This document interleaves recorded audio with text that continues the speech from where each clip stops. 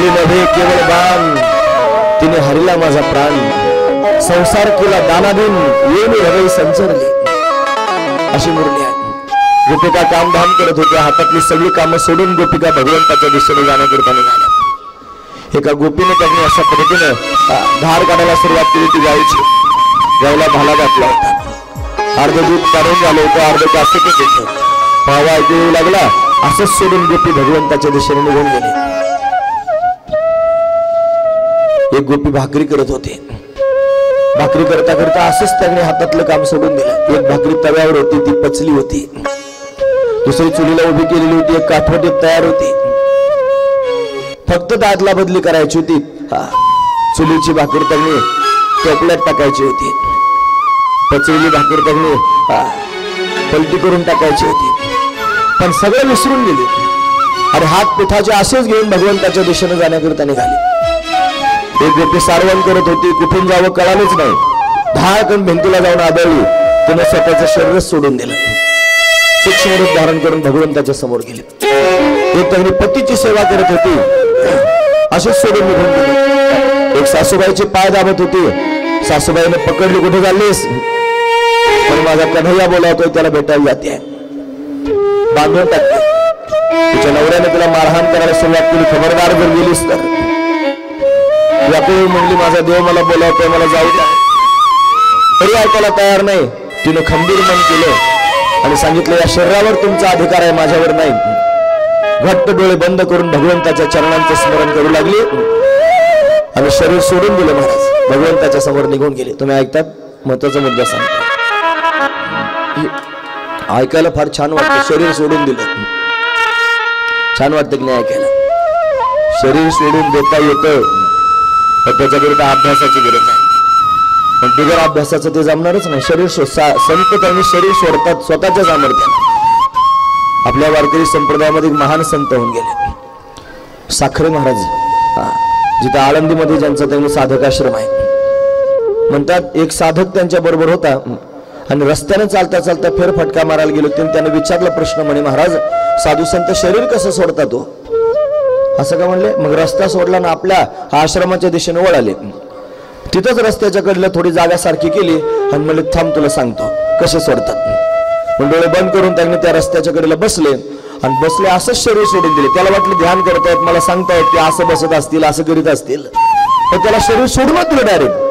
त्यानं 10, 20, 25 मिनिटं झाले, मग हलवलं, शरीर आपोआप खाली पडलं.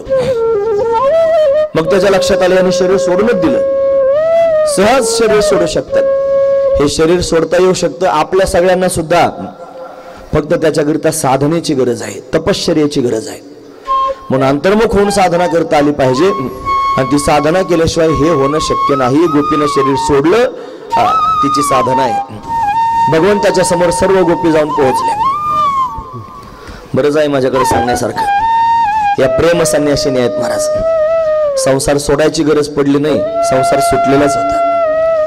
जसं पिकले आशेंद कडूपणा गेले, तैसे आम्हा केले. भगवंतानं असं त्यांनी करून ठेवलं महाराज. काय म्हणतात ते फळाला वेलाला येतं ते शेंद. ते त्यांनी पिकल्यानंतर त्याचा सुगंध येतो. पण एका वेळेला बरेच फळं असतात ते. आता पिकलेलं फळ कसं ओळखायचं प्रश्नच आहे मोठा. भाऊ म्हणायचे, शहाण्या माणसानं खाली वाकायचंच नाही. भाऊ म्हणजे वैकुंठवासी पंडित महाराज देवकर. ते म्हणायचे वाकायचंच नाही शहाण्या माणसाने. मग त्याने चालता चालता फक्त त्या फळाला असा पायाने धक्का लावायचा. धक्का लावला आणि जर धक्क्याबरोबर बाजूला झालं की समजायचं पिकलेलं आहे. जे पिकलेलं नसतं ना ते देठाला धरून असतं. तुम्ही ऐकता सर्वजण? जे पिकलेलं नसतं ना ते असं देठाला धरून असतं. जे पिकलेलं असतं ते देठाला धरल्यासारखं दिसतं, पण त्याने देठ सोडून दिलेला असतो. देठाचा आणि त्याचा काही संबंध राहत नाही. पिकल्याबरोबर देठ सोडून देत. तसे जे पिकलेले असतात ना ते संसारात जरी दिसत असले तरी त्याने संसार सोडून दिलेला असतो. आणि काही कच्चेच असतात. आंबे कडू असतात. कडू असतं ते फळ, फार कडू असतं. त्याला किती धक्के मारा ते सुटत नाही बाजूला. का? चिकटलेलं आहे देठाला. महत्वाची गोष्ट, जे पिकलेलं फळ आहे ते देठापासून बाजूला झालेलं असतं. अशा गोपी अग्नी महाराज सहज संसारापासून बाजूला झालेल्याच होत्या. म्हणून संसार अपूर्ण राहील आणि आता आपण निघून जाणार आहोत ही चिंताच नव्हती. नाही तर आपल्या मनात फार विचार असतात, आता ठकीचं लग्न झालं, अजून ठक्याचं करायचंय, याचं हे करायचं, त्याचं ते करायचं, ही दुनियादारी करायची, ही सगळी त्यांनी प्रपंचाची स्थिती आहे, अजून मला एवढं करायचं ना, अपूर्ण राहिलं मग काय करू. जे पिकलेले असतात त्यांना काहीच करायचं नसतं, ते म्हणतात सगळं झालंय माझं, माझे झाले गयावर्जन, सगळं झालं, काही शिल्लक राहिलं, अशी त्यांना दिव्य स्थिती निर्माण झालेली असते. गोपिकांची अशी स्थिती आहे. सगळ्या गोपी त्यांनी भगवंताच्या दिशेने जाण्याकरिता निघाल्या. या संन्यासिनी आहेत, प्रेम संन्यासिनी. संन्यास शब्दाचा अर्थ होतो स म्हणजे सहित, न्यास म्हणजे त्याग. त्यागासहित ज्यांचं जीवन आहे ते संन्यासी आहेत. म्हणून संसाराचा त्याग अंतःकरणापासून झालेलाच आहे. भगवंताच्या समोर गेल्या. देवाने विचारलं कशा काय आलात. स्वागतमो महाभागा प्रियम किम करवाणी वहा. तुमचं स्वागत आहे. तुम्ही कशा काय त्यांनी या वृंदावनात आलात. वर्जस्य अनामयम कशित वृत्तागमन कारणम. सांगितलं तू बोलावलं म्हणून आलो. देव म्हणला असं रात्री अपरात्री फिरू नये. कुलवान घरंदाज असणारे जे स्त्री असतात रात्री अपरात्री अशा फिरत नाही. घरी जा. तुम्ही पतिव्रता आहात. वृंदावनाची शोभा जर पाहून झाली असली तर सुंदर शोभा पाहून घरी जा. गोपिकांनी त्यांनी हात जोडले भगवंताच्या समोर बोलायला सुरुवात केली. गीत गायलं, त्याला प्रणय गीत म्हणतात. व्याकुळ होऊन त्यांनी गीत गाऊ लागलं. देवा जा म्हणू नकोस रे, तुझ्याकरिता संसार सोडून आलो. मैवम विभोर हाती भवान गदितुम नृशंसम सत्यज्य सर्व विषयां स्तव पादमूलम. सगळ्या विषयांचा त्याग केला तुझ्याकरिता. एक गोपी आली होती, बाळाला दूध पाजत होती. महाराज स्तनपान करत होते. पण कन्हैयाची मुरली ऐकू आली आणि लेकरू ठेवून दिला आणि अशीच भगवंताच्या दिशेने निघून गेली. म्हणजे कोणाचा विचार केला नाही, पतीचा विचार केला नाही, सासूचा विचार केला नाही, लेकराचा विचार केला नाही, सुखाच्या संसाराचा विचार केला नाही. संसाराची दानादीन करून तुझ्या समोर आलो. देवा जा म्हणतोस, जा म्हणू नकोस रे. देवा तुझ्या वाचून आता मला कोणी नाही रे. असा भाव अंतःकरणातून गोपिकांच्या प्रगट होऊ लागला. भगवंतानं पाहिलं, आकुल व्याकुल गोपिया कोणी की दशा विभोर. तुम्ही ऐकतात ना सर्वजण. माझ्याकडे वेळ कमी आहे पण तरी भाव सांगतो. ज्या दिवशी तुम्ही भगवंताच्या समोर एकांतात खऱ्या मनानं असं म्हणाल, देवा मला तुझ्या वाचून आता कोणी नाही रे. मला आई नाही, मला बाप नाही, मला भाऊ नाही, मला बहीण नाही, मला बायको नाही, मला मुलं नाही, मला मित्र नाही, मला या जगात कोणी नाही रे. फक्त तू एकटाच माझा आहेस. मला टाकू नकोस, माझी उपेक्षा करू नकोस, उपेक्षू नको. गुणवंत अनंत मला दूर करू नकोस रे देवा. असं ज्यावेळेला शुद्ध अंतःकरणाने एकांतामध्ये भगवंताच्या समोर म्हणाल, जगन्नियंता परमात्मा प्रगट होईल महाराज आपल्या समोर आणि प्रत्यक्ष भेटेल. फक्त तो भेटल्यावर कोणाला सांगायचं नसतंय, लोकांच्या समोर तर अजिबात सांगायचं नसते. तो एकांत आहे, चुप ठेवायचं, महत्वाची गोष्ट आहे. असं होत असतं महाराज आणि होणं फार गरजेचं आहे. असो गोपिकांचा तो भाव भगवंताने जाणला आणि जाणून त्यांनी भगवान गोपिकांच्या त्या शब्दांच्या समोर हरला. सर्व विजय असणारा परमात्मा गोपिकांच्या शब्दांच्या समोर हरला आणि आता परमात्मा रास करण्याकरिता तयार झाला. रास सर्वांच्या मध्ये उभा आहे. कामदेव प्रत्यक्ष प्रगट झाला. गोपिका उभ्या आहेत. गोपीमध्ये काय माहिती आहे ना, सतत आपण ऐकत असतो. गोपी भक्ती रसम पिबंती या सहा गोपी. इंद्रियांच्या माध्यमातून भक्तिरसाचं पान करणारी वृत्ती म्हणजे गोपी. गोपा येते रमण कृष्ण या सहा गोपी. तीच खरी गोपी आहे जिने हृदयात भगवंताचं प्रेम गोपनीय ठेवलेलं आहे. नाहीच काय कळालं तर परमात्म्याच्या भेटीची उत्कट इच्छा तिचं नाव आहे गोपी. गोपिकांच्या अंतःकरणामध्ये उत्कट इच्छा भगवत दर्शनाची, भगवत संगतीची झालेली आहे. म्हणून त्याने भगवान त्यांच्यावर रास करण्याकरिता तयार झाला. कामदेव प्रत्यक्ष प्रगट झाला आणि कामदेवाने भगवंतावर बाण चालवायला सुरुवात केली. त्याचे 5 बाण असतात. वशीकरण, उच्चाटन, मोहन, स्तंभन, उद्दीपन, काम बाणाचे नाव आहेत. बाणच भगवंतावर त्यांनी चालवले. काही फरक पडला नाही, कारण ही कामलीला नाही ना महाराज, ही प्रेमलीला आहे. प्रेम आहे त्याच्यामध्ये. पण चुकून सुद्धा भगवंताच्या या लीलेकडे काम भावनेने पाहू नका. जे काम भावनेने पाहतात त्यांच्याकरिता स्वतंत्र नरकाची तरतूद आहे. त्यांना कळतच नाही महाराज काय चाललंय ते. आपल्या नजरेने त्यांनी पाहतात. पण असं त्यांनी पाहू नका. गोपिकांच्या अंतःकरणामध्ये पूर्वानुराग आहे, भगवंताच्या भेटीची आस आहे. म्हणून भगवान त्यांना हा प्रेम देण्याकरिता तयार आहे. मिलन अनुराग दुसरा अनुराग आहे. भगवान मध्ये उभा आहे. सगळ्या गोपी भगवंताच्या समोर त्यांनी उभ्या आहेत आणि पदरपासून भगवंताकडे प्रेम मागतायत. हे कान्हा रे थोडासा प्यार दे, चरणों में बैठा के तार दे, ओ गोरी घूंघट उभार दे, भिक्षा झोली में डाल दे. कान्हा रे थोड़ा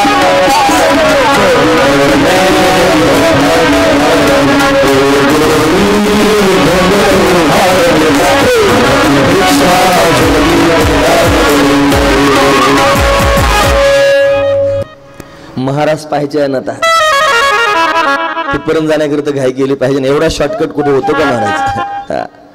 असो भगवंताकडे प्रेम मागू लागल्या. भगवान त्यांच्या अवतीभोवती दगणे खेळतोय, उड्या मारतोय, सर्वांच्या मध्ये आहे. सर्व गोपी आनंदाने दगणे भगवंताच्या भोवती नाचताय. भगवंताच्या अवतीभोवती नाचत असताना गोपिकांच्या मनामध्ये एक भाव निर्माण झाला. आपण सगळ्या जगातल्या स्त्रियांपेक्षा किती श्रेष्ठ आहोत नाही. जगाचा मालक आपल्या बरोबर रासलीला करतोय. आपण किती भाग्यवान आहोत. तुला ऐकतात ना सर्व? काय वाईट विचार केला होता? आपण किती भाग्यवान आहोत. देव आपल्याला प्राप्त झाला. चांगला विचार आहे ना. पण चांगला विचार सुद्धा त्यांनी अहंकाराने युक्त आहे, घातक आहे. महत्वाची गोष्ट आहे. हा सुद्धा अहंकारच आहे. चांगुलपणाचा पण अहंकार आडवा येतो.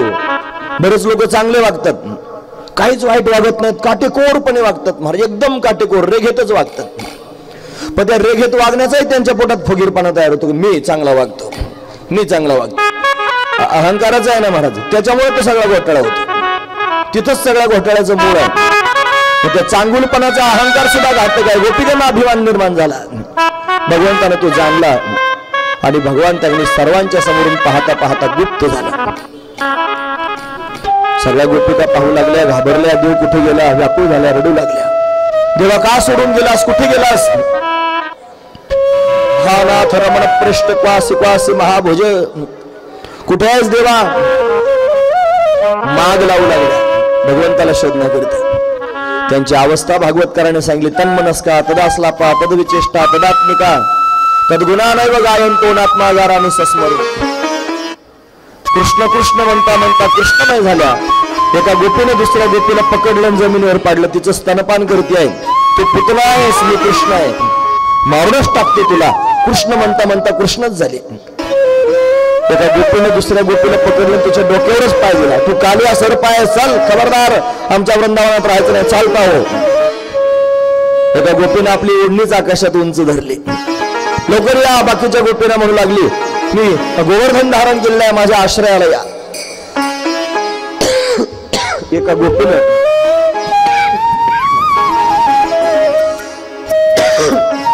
दुसऱ्या गोपीच्या गळ्यात हात घातला आणि देवडा चरण उभी राहिली. आणि बाकीच्या गोपिकांना म्हणू लागले, मी कृष्ण, ही माझी राधा आहे, मी रासलीला करणार आहे, तुम्ही लवकर या. कृष्ण कृष्ण म्हणता म्हणता कृष्णच झाल्या. स्वतःला विसरल्या, बेशुद्ध पडू लागल्या, परत शुद्धीवर येऊ लागल्या. देवाला शोधू लागल्या, माग लावत चाललेल्या आहेत. मग कळालं एकटा गेला नाही, दोघे जण आहेत. एका सखीला बरोबर घेऊन गेला होता. ती महाभाव स्वरूप आहे. तिला भगवंताचं प्रेम कसं असतं हे जगाला दाखवायचंय. ती जगावर उपकार करणारी आहे. तिचं नाव आहे राधा. तिला बरोबर नेलं होतं. पुढे जाऊन त्यांनी कुठेतरी थांबल्याची चिन्ह सापडली. झाडाची फुलं तोडली असतील, तिच्या वेणीत गुंफले असतील, असं सर्व त्यांनी दिसलं. असंच झालं होतं. पुढे चालता चालता तिच्या मनातला भाव निर्माण झाला. देवा फार वेळापासून फिरता होत नाही जंगलामध्ये. 10ला 5 मिनिटं कमी आहेत. किती फिरायचं? फार त्यांनी मला चालून चालून पाय दुखायला लागले. आता मला जरा खांद्यावर घेतोस का? असं म्हटलं की भगवान त्यांनी महाराज हो म्हटलं. खांद्यावर घेऊ लागला. पण खांद्यावर घेताना तिलाही असं वाटलं घडीवर की बाकीच्या गोपींपेक्षा मी केवढी भाग्यवान आहे की देव मलाच एकटीला घेऊन आले. अभिमान झाला आणि खांद्यापर्यंत नेली महाराज. तिथेच गुप्त झाला. वरून रपकन खाली पडली. आता व्याकुळ झाली. भगवंताला हाका मारू लागली. देव माझा निघून गेलेला आहे. कुठे गेलास देवा? व्याकुळ हाका मारतोय. मन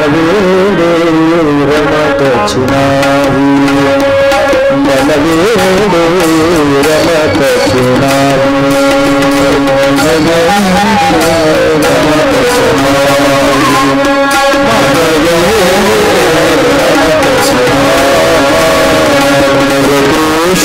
भेटला कृष्ण भेटला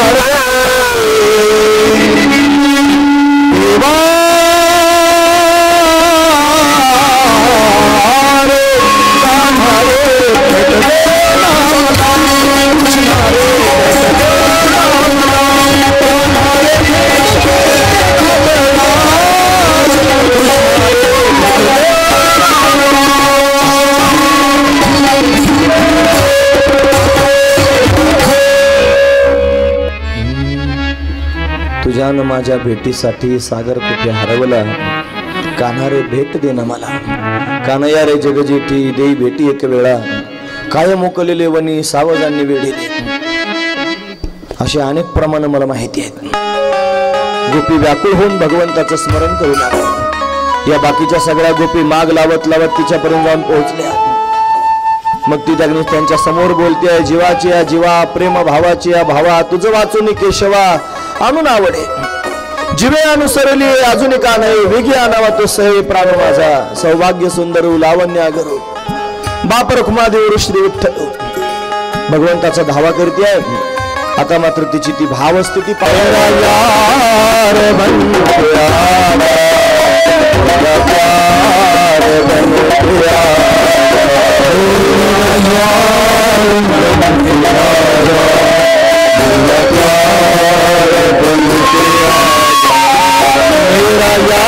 यार बन के आजा, मेरा प्यार बन के आजा.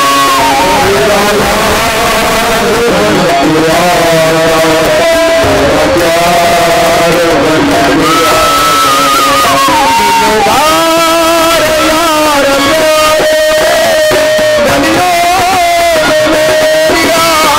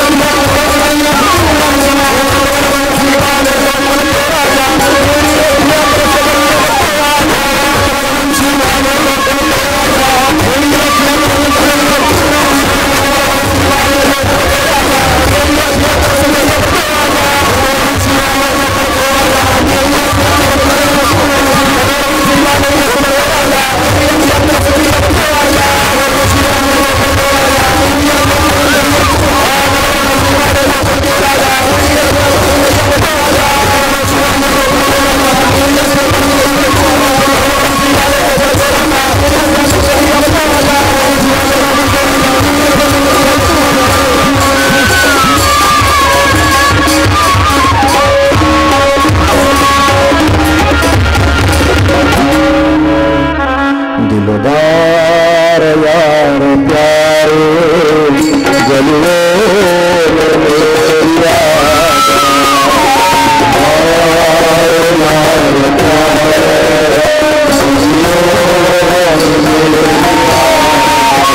मेरा यार बन के आजा, मेरा प्यार बन के आजा,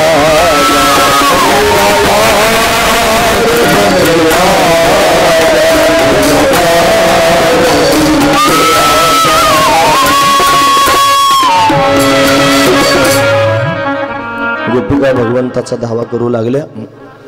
जगन्यंत्या परमात्म्याने गोपिकांचा भाव जाणला आणि भगवान गोपींच्या समोर प्रत्यक्ष प्रगट झाला. तासाम आविर्भूत शौरी स्मयमान मुखांबुजा पीतांबरधर स्रगवी साक्षान मन्मथ मन्मथ. कामदेवाच्या मनाचं मंथन करणारा परमात्मा प्रत्यक्ष गोपींच्या समोर प्रगट झाला. गोपींना आनंद झाला. गोपी भगवंताच्या दिशेने सरसावल्या. कोणी त्याचा हात पकडला, कोणी त्याचे पाय धरू लागले, कोणी त्याच्या गळ्यात हात घालू लागले, कोणी त्याच्याकडे रागाने पाहू लागले, कोणी त्याच्याकडे पाहून हसू लागले. एका गोपीने आपली ओढणी जमिनीवरती अंथरली आणि भगवंताला त्याच्यावर बसवलं. मग संवाद करू लागले. देवा, का गेला होतास आम्हाला सोडून सांग. भगवान म्हणला, मी गेलोच नाही, इथेच होतो. अरे खोटं बोलू नकोस देवा, इथेच होतास? हो म्हणे, इथेच होतो. मग आम्हाला दिसत का नव्हतास? म्हणून मी पाहत होतो तुमच्याकडे. तुम्ही माझ्याकरता कशा रडत आहात, कशा व्याकुळ आहात. कसा आहेस रे देवा, आम्हाला समजत नाहीस. जगामध्ये 2-3 प्रकारचे लोक असतात, ऐकतात ना तुम्ही सर्वजण. एक वर्ग असा असतो जो आपल्यावर प्रेम करतो, त्याच्यावरच प्रेम करतो. दुसरा वर्ग असा असतो विनाकारण सगळ्यांवर प्रेम करतो. आणि तिसरा वर्ग असा असतो जो कोणावरच प्रेम करीत नाही. त्याच्यात 4 प्रकार आहेत महाराज. हे काय, आप्त काम, ज्याचं काम भागलं बस, काम भागलं, आता कोणावरच प्रेम करीत नाही. आत्माराम, जो स्वतःच्या मस्तीत मस्त आहे, ज्याला कोणाशी काय घेणं देणं नाही. हे काय अकृतज्ञ, ज्याच्या पोटात कृतज्ञता नाही असा असणार. हे काय गुरुद्रोही, म्हणजे उपकार केल्यावर अपकार करणारा. याच्यापैकी कोण आहेस? देवाला मी कोणीच नाही, मी तुमच्यावर फार प्रेम करतो, उगीच माझ्यावर काही विनाकारण असे प्रश्नचिन्ह उभे करू नका. मग त्याने, मी तुम्हाला सोडून गेलोच नाही, तुमच्या जवळच आहे, कशाला मला असं म्हणतात? म्हणे मग का दिसत नव्हतास? म्हणे मी पाहत होतो तुम्ही कशा रडता. म्हणे का बरं? तुम्ही ऐकतात ना सर्वजण, इथं थांबायचं आहे आपल्याला. आता देव म्हणला, खरं सांगू का? आता देव खरं सांगतोय. खरं सांगू का? मला ना माझ्याकरिता कोणीतरी रडलेलं फार आवडतं, माझ्याकरिता कोणीतरी कासावीस झालेलं फार आवडतं, माझ्याकरिता कोणीतरी व्याकुळ झालेलं फार आवडतं. तुम्ही ऐकतात ना सर्वजण. कासावीस व्हायचंय, व्याकुळ व्हायचंय, रडायचंय. कोणाकरिता? देवाकरिता. फक्त त्याचं प्रदर्शन मला करायचं नाही. सगळ्यांच्या समोर त्यांनी प्रदर्शन करणं म्हणजे फक्त नाटकच आहे. सगळ्यांच्या समोर ओढून ताडून काही प्रसंग तयार करून लोकांना त्यांनी सांगणं, ते स्वाभाविक तयार झाले पाहिजे, तर ते एकांतात तयार झाले पाहिजेत. एकांतातला भाव आहे, तिथे त्यांनी ते निर्माण व्हावेत. आणि भगवंताच्या जवळ जात आहे, त्यातला भाव आहे महाराज. पण देव त्यांनी, तुम्हाला हे फार आवडतं. गोपीने पवित्र बदलला. ते म्हणले, अरे रडलेलं तुला आवडतं? हो म्हणे, रडलेलं आवडतं. मग ऐक देवा, निघून जा आमच्या डोळ्यासमोरून, थांबू नकोस, लगेच चालतो. देव मला आता रडत होत्या आणि कासावीस होत होत्या माझ्या भेटी करताना, आता जा म्हणता? गोपी म्हणला, देवा तुला रडलेलं आवडतं ना, मग तू जर आमच्या समोर असा उभा राहशील तर तुझ्याकरता रडता यायचं नाही. अरे आमच्या रडण्यानं जर तू सुखी होणार असशील तर आम्ही तुझ्याकरिता जन्मभर रडायला तयार आहोत. याला समर्थारती म्हणायचं. तू आमच्या समोर असशील तर रडता यायचं नाही, निघून जा. असे शब्द गोपींचे ऐकल्याबरोबर जगाचा मालक आहे, अनंत कोटी ब्रह्मांडाचा नायक आहे. 2 हात त्याने जोडले, गुडघे जमिनीवर टेकवले आणि गोपींच्या समोर व्याकुळ होऊन म्हणू लागला, गोपिकांनो सगळं म्हणा, फक्त मला तुमच्या समोरून जा म्हणू नका, कारण तुमच्याशिवाय या जगात मला दुसरं कोणीच नाही. तुम्ही एवढ्या समर्थ आहात की माझ्याकरिता संसाराच्या नाजूक नाजूक बेड्या तोडून टाकणे आलेले आहात. या नाजूक बेड्या मोठे मोठे जपी तपी संन्याशी हे सुद्धा तोडू शकत नाहीत. तुम्ही माझा प्रेमास्तव सगळा संसार सोडून आलेले आहात, जा म्हणू नका. आता चित्र बदललं आणि जगाचा मालक गोपिकांच्या समोर त्यांनी प्रेम मागतोय. गोपी मगा प्रेम मागत होते, आता हा म्हणतोय तुमच्याकडून प्रेमाची अपेक्षा आहे. देव प्रेम मागू लागला. गोपिका म्हणले देवा असं काय करतोस, तू जगाचा मालक आहेस, आम्हीच त्या खऱ्या अर्थाने प्रेम मागायला हवं. पुन्हा एकदा गोपी त्याकडे प्रेम मागू लागल्या आणि आता चमत्कार झाला होता. जेवढ्या गोपी आल्या होत्या त्या प्रत्येक गोपींच्या समोर भगवंतानं एक एक रूप धारण केलं. एक एक गवळ आणि एक एक गोपाळ आणि धरणी नाचती रास मंडळ, याला महारास म्हणतात. मगाचे वर्णन झालं ती रास आणि ही महारास. आणि आता पुन्हा गोपिका भगवंताच्या समोर प्रेम मागू लागल्या आणि विभोर होऊन त्यांनी भगवान गोपिकांच्या बरोबर नाचू लागला. हे कान्हा रे थोडासा प्यार दे, चरणों में बैठा के प्यार दे, थोडासा प्यार दे, चरणों में बैठा के प्यार दे, गोरी संगत में भार दे, इच्छा जोगी उदार दे, चरणों में इच्छा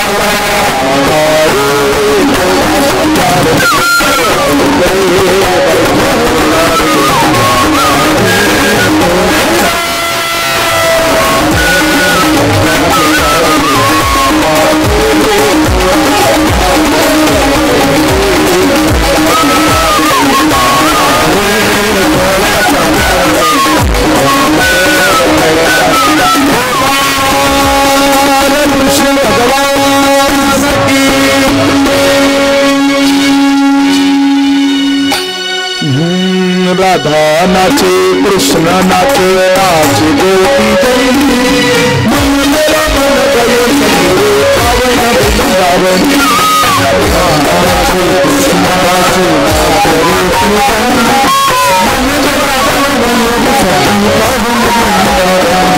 राधा नाचे कृष्ण नाचे नाच गोपी जय मन मेरा मन गयो संगे पावन वृंदावन कृष्ण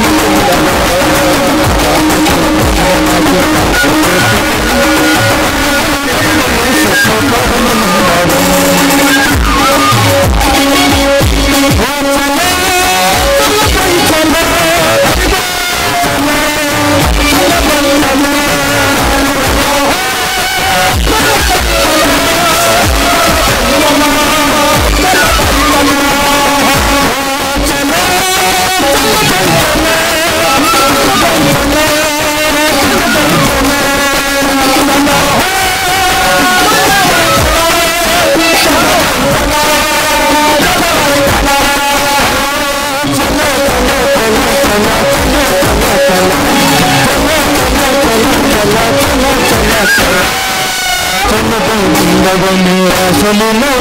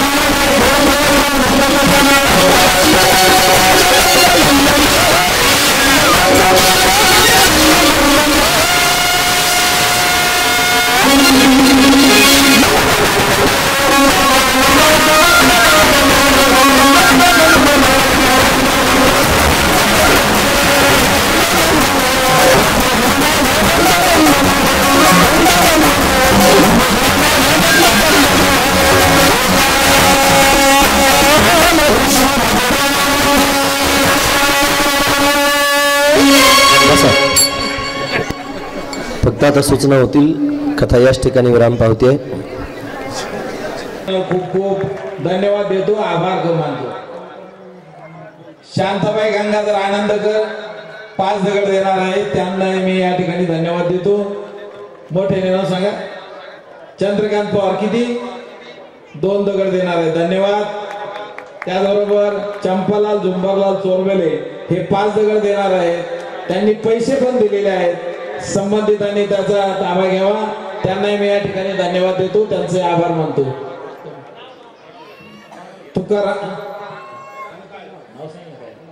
मीनाक्षी काळे किती देणार? 5 दगड देणार आहेत. सर्वांनी जोरात टाळ्या वाजवा आणि त्यांचा आभार माना.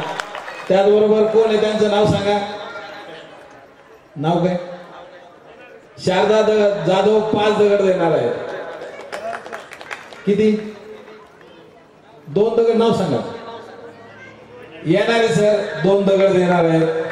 हरकत नाही, चुकून. अजून एक गोष्ट मला सांगायची आवर्जून या ठिकाणी की मी बाकीच्यांचं सांगतोय, माझं स्वतःच राहिलं. मी 10 दगड देतो. चल माझ्यापासून सुरुवात करूया, परत बाकीच्यांना वाटायला नको सर नुसतं दुसऱ्याचं सांगायचं. मी सुद्धा 10 दगड या ठिकाणी देणार आहे. नलूताई कलवडे किती?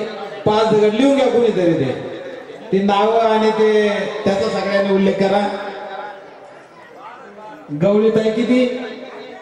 11 दगड देणार आहे, धन्यवाद. धन्यवाद. श्री सत्संग सेवा मंडळाच्या वतीनं त्यांना धन्यवाद देतो. हा बोला. आता ज्यांना नाव सुचवायचं त्यांनी घ्यावे, त्यांच्या जवळ आहे तुमचा. सूर्यमान बालेकर यांनी 10 दगड द्यायचं कबूल केलंय, धन्यवाद. डॉक्टर 2 दगड. काय नाव तुमचे? काय नाव नाही ऐकू आले इकडे. हा, वाळके मामा. वाळके मामा किती? 2 दगड. चला तुमचं 10 दगड. काय नाव सांगा? मांडगे साहेब 10 दगड. जोरात टाळ्या. 10 दगड देणार आहेत. त्यांचं नाव काय ते बघा, त्यांचं नाव पवार डॉक्टर किती? 5 दगड. चला. हा, सिंधुबाई एकनाथ साळुंखे यांनी 10 दगड देण्याचं कबूल केलेलं आहे. मी म्हणतो नाही फार देतात, जेवढी यथाशक्ती असेल तेवढी दिलं तरी चालेल. कालावती प्रभाकर साळुंखे मुंबई यांनी 2 दगड देण्याचं कबूल केले. बाबा मेमाने किती? 5 दगड. लिहून घ्या कोणीतरी. बघ काय हे सगळ्यांनी लिहून घ्या, त्यांचं नाव घ्या. ते कोण आहेत महाराष्ट्रकरचे? 10 दगडवाले नाव घ्या. त्याचप्रमाणे विजय विठ्ठल रासकर हे जर आले असतील तर ठीक, नसेल तर त्यांच्या मातोश्रींनी या ठिकाणी यावं. बालाजी मित्रमंडळातर्फे सुभाष गुंड सर आणि सचिन पोटघन हे अन्नदाते आहेत. त्यानंतर श्री आर्किटेक्ट शंकर बुचुडे साहेब, प्रीतम पिपाडा, मनीष पवार, बाबू पवार, शेखर पवार, सचिन उमाप, वैभव काळे, राहुल पवार, शिवराज शितोळे आणि संतोष शितोळे या स्वयंसेवकांनी सुद्धा, कारण आता उद्याचा दिवस एकच राहिलेला आहे त्याच्यामुळे जास्त स्वयंसेवक घेतलेले आहेत. 2-2 स्वयंसेवकांनी हात लावायचा आहे. म्हणजे दोघांमध्ये एक ताट घेतलं तरी चालेल किंवा